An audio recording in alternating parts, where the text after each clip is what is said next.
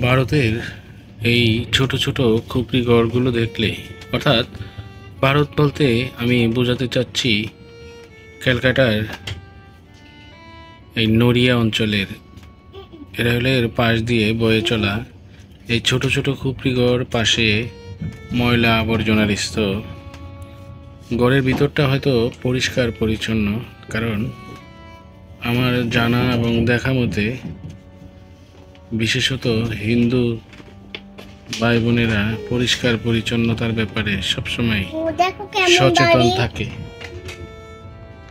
এখানে আমার আরেকটি প্রশ্ন হলো, এই যে ছোট ছোট খুপড়ি ঘরগুলো, এই ঘরগুলোতে বসবাস করা নিশ্চয়ই খুব কষ্টের বিষয়, কিন্তু আশেপাশে ডোবা নালাগুলো এত ময়লা আবর্জনায়, এখানে কি বাংলাদেশের মতো ডেঙ্গু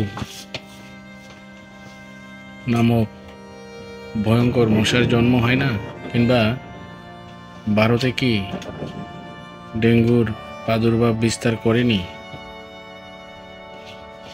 রেলওয়ের পাশে দিয়ে যেহেতু ছোট ছোট ঘরগুলো, অতএব এটা স্পষ্টতই বোঝা যায় যে এখানে ভ্রাম্যমাণ বা যারা ছিন্নমূল, যাদের ঘর বাড়ি নেই, তারাই হয়তো এখানে স্থায়ী বা অস্থায়ীভাবে বসবাস করে। কিন্তু জীবনযাত্রার মান এই ঘর বাড়িগুলোকে দেখলেই বোঝা যায়। সে তুলনায় আমাদের দেশে মানুষের জীবনযাত্রার মান আরও অনেক উন্নত বলেই মনে হচ্ছে।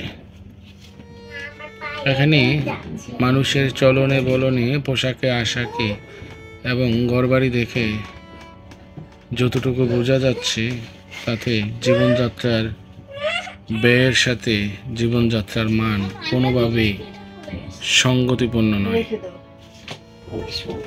বন্ধুরা, আপনাদেরকে আমি যেই আমার ক্যামেরার সামনে আপনারা যে অঞ্চলটি দেখছেন, এই অঞ্চলটি অন্য অঞ্চল থেকে একটু ভিন্ন, একটু আধুনিক মনে হচ্ছে, তবে আসলে ঠিক তা নয়। 2-3টি বা 4-5টি বাড়ির পরেই আবার দেখা যায় ছোট ছোট খুপড়ি ঘর, ছোট ছোট ময়লা আবর্জনার বার্গার, এবং তার মাঝেই নিশ্চয়ই মানুষ বসবাস করে, কারণ মানুষের অবস্থান এখানে স্পষ্টতই আমি দেখতে পাচ্ছি। মানুষের জীবনযাত্রার মান উন্নত হবে, একজন মানুষ তার সর্বোচ্চ মানবতা এবং মনের মতো করে পৃথিবীতে বেঁচে থাকবে, সেই প্রত্যাশা অবশ্যই আমরা করতে পারি।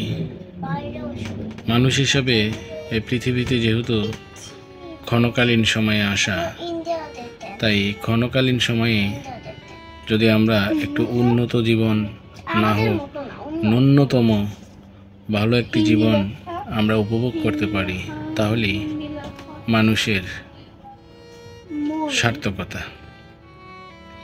ক্যামেরার সামনে যেই রেলের বগিগুলো দেখছেন, তা অকেজো ভঙ্গুর মনে হলেও এগুলো ভারতীয় গভর্নমেন্ট চালু হিসাবে শনাক্ত করেছে, অর্থাৎ এগুলো চলমান।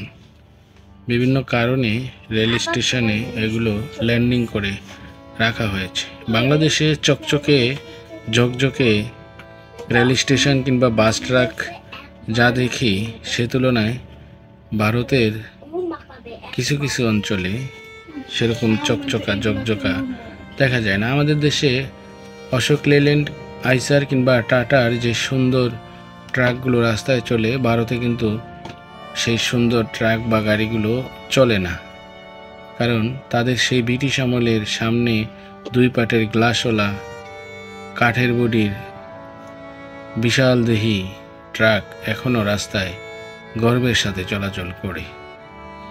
আমরা আজ থেকে 20 বছর আগে যে বেবি ট্যাক্সিকে পরিবেশের দূষণের দোহাই দিয়ে রাস্তা থেকে উচ্ছেদ করেছি, সেই বেবি ট্যাক্সি ভারতের বিভিন্ন অঞ্চলের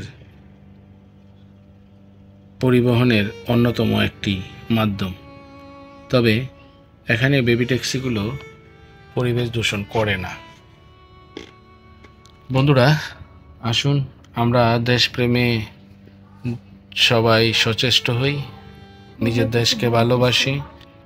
আল্লাহ হাফেজ।